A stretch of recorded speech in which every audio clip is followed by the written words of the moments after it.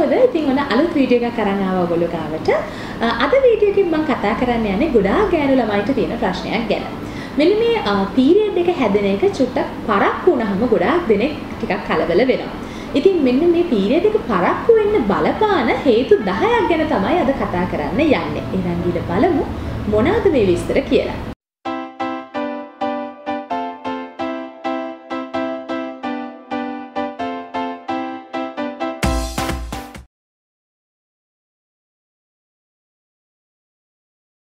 ඉතින් අපි දැනගන්න ඕනේ මේ උසස් චක්‍රේ පරක්කු වෙනවට කියන කතන්දරේ කතා කරන්න කලින් හරියටම දවස් කීයකින්ද අපේ පීරියඩ් එක අපිට හැදෙන්න ඕනේ කියලා. සාමාන්‍යයෙන් මේ උසස් චක්‍රේ ඉවර වෙන්නේ දවස් 28කට පාරක්. හැබැයි සාමාන්‍යයි දවස් 10කට දවස් 10ක් හෝ දවස් 10ක් ඇතුළත කාලයට කලින් මේ පීරියඩ් එක හැදෙන එක හෝ දවස් 10ක් දක්වා පරක්කු වීම සාමාන්‍යයි කියලා ගොඩාක් වෙලාවල් වලට වෛද්‍යවරුන් පවා කියන දෙයක්.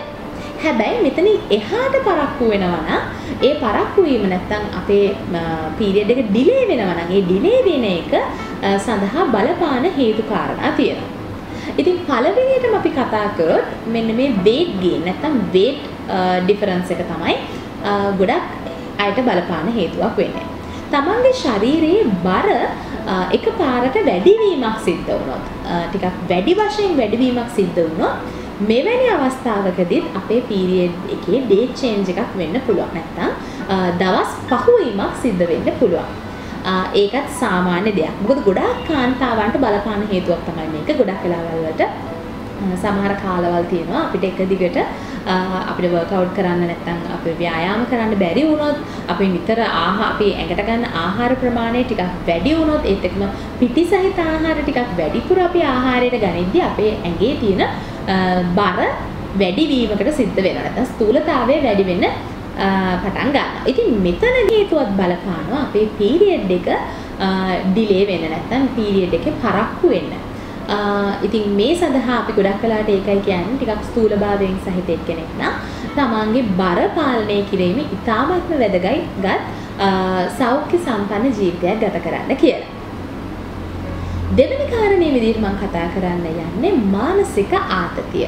ටිකක් මානසික ව්‍යාකූල තත්වයක ඉන්නකොට ආතතියෙන් පෙළෙනකොටත් පීරියඩ් එක ඩිලේ වීමේ හැකියාව තියෙනවා. ඉතින් මේ සදී වෛද්‍ය නාමය වෙන්නේ සෙකන්ඩරි ඇමෙනොරියා කියන රෝග තත්ත්වය තමයි. ඉතින් ඒක නිසා ස්ට්‍රෙස් ලෙවල් එක චුට්ටක් වැඩි වෙනකොටත් තමන්ගේ ඇඟේ හෝමෝන් ලෙවල්ස් වෙනස් වෙනවා. ඉතින් මේ හේතු කරගෙන පීරියඩ් එක ඩිලේ වීමේ හැකියාවක් තියෙනවා. තුන්වෙනි කාරණේට කතා කරන්න යන්නේ ඉතින් ව්‍යායාම කිරීම ඇත්තටම ශරීරයට හොඳ දෙයක්. හැබැයි ඕනම දෙයක් ඕනවට වඩා ඕනෙම නෑ කියලා කියනවානේ. අන්න ඒ හින්දාම තමයි මෙන්න මේ අධික ලෙස අවශ්‍ය ප්‍රමාණයට වැඩියෙන් අපි ව්‍යායාම කිරීමත් එච්චර සෞඛ්‍ය ආරක්ෂිත නැහැ. අපි වැඩිපුර එක්සසිව්ලි එක්සර්සයිස් කරනකොට අපේ පීරියඩ් එක අපිට මිස් වෙන්න පුළුවන්. අපේ පීරියඩ් එක පරක්කු වෙන්න පුළුවන්. ගොඩක් වෙලාවට පීරියඩ් එක හැදුනත් ෆ්ලෝ එක ලයිට් වෙන්න පුළුවන්. හැබැයි මේකේ තියෙන හොඳකම ඇවිල්ලා අපිට ක්‍රෑම්ස් නැත්නම් පේන්ස් එන එක අඩු වෙනවා.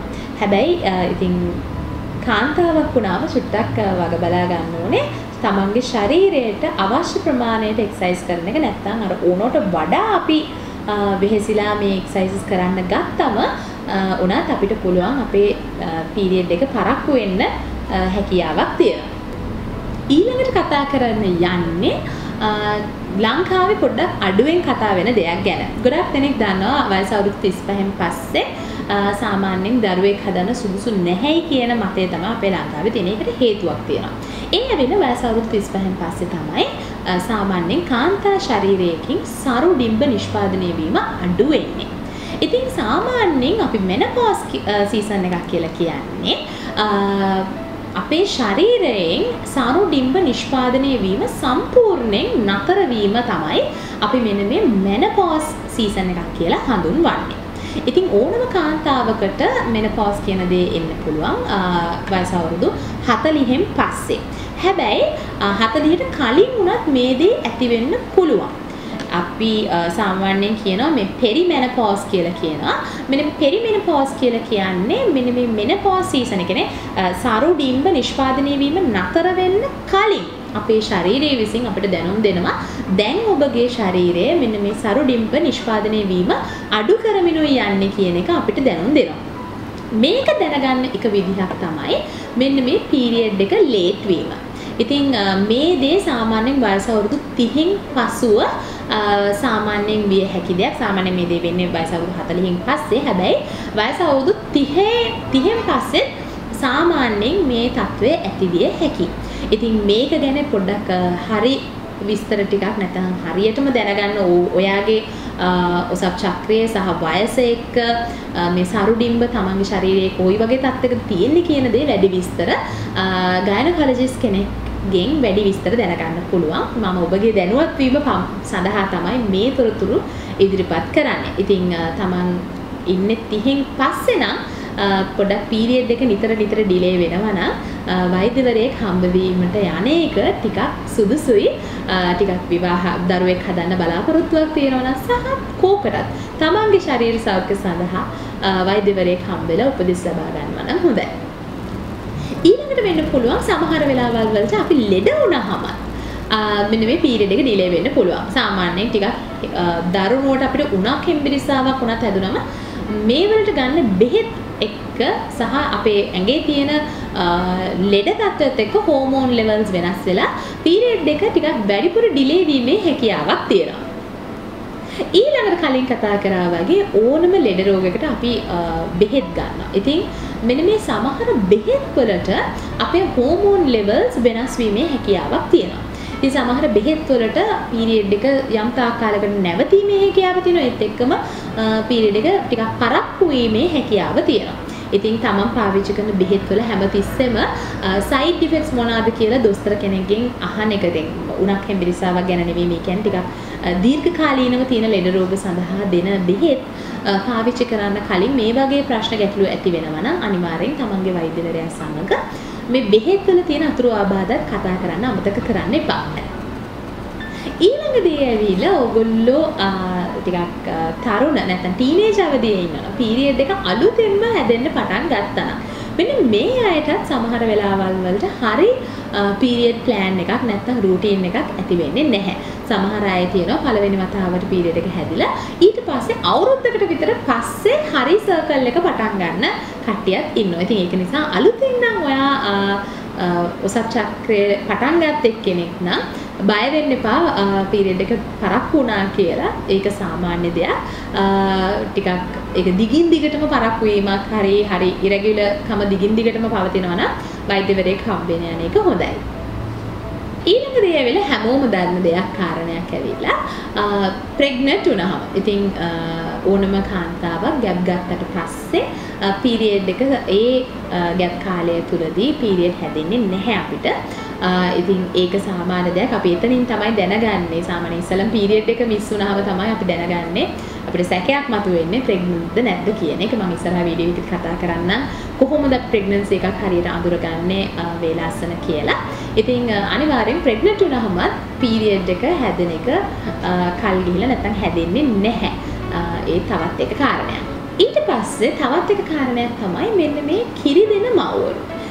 කිරි දෙන මව්වරුන් සාමාන්‍යයෙන් සති 9-18ක් බබා හම්බ වෙලා සති 9-18ක් කාලය ඇතුළතදී තමයි තමන්ගේ ඔසප් චක්‍රය නැවත හැදෙන්න පටන් ගන්නෙ. සති පළවෙනි සති 9න් පස්සේ තමයි පීරියඩ් එක සාමාන්‍යයෙන් හැදෙනවයි කියලා කියන්නේ. මීට කලින් වෙන්නත් පුළුවන්. හැබැයි සාමාන්‍ය කාලය වෙන්නේ සති 9කින් පස්සේ. සති 9-18ක් කාලය ඇතුළතදී මෙන්න මේ හැදෙන පීරියඩ් එක සාමාන්‍යයෙන් විවිධ කියන්නේ අපි සාමාන්‍යයෙන් දවස් 4ක් හැදෙන කෙනෙක් නම් සමහරවිට දවසෙන් ඉවර වෙන්න පුළුවන්. සමහරවිට දවස් 7ක් විතර යන්න පුළුවන්. ඒ වගේ හරි පැටර්න් එකකට තියෙන්නේ නැතුව හැදෙන්න අවකාශය තියෙනවා. ඉතින් බය වෙන්න එපා. එහෙම වුණාම තමන්ගේ වෛද්‍යවරයාගෙන් උපදෙස් ගන්න පුළුවන්. ඕගොල්ලන්ට දැන් මේ වීඩියෝ එක බලලා ඔයගොල්ලෝ හිත සැහැල්ලු වෙනවා තමයි. හැබැයි ඕගොල්ලන්ට පුළුවන් ඕගොල්ලෝගේ වෛද්‍යවරයාගෙනුත් මේ විස්තර ටිකක් දැනගන්න වැඩිපුර. අන්තිම කාරණේ විදිහට මම කියන්න හිතුවේ ගොඩක් දෙනේ වැඩිපුර හිතන්නේ නැති කාරණයක් ගැන.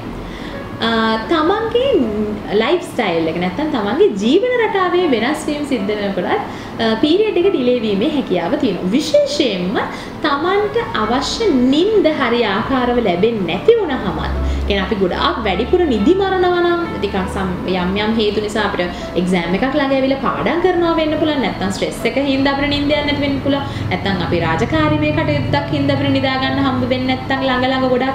ඉතින් මෙන්න අපේ නිින්ද හරියාකාරව අපිට ලැබෙන්නේ නැති වුණාම පීරියඩ් එක ඩිලේ වීමේ හැකියාව තියෙනවා.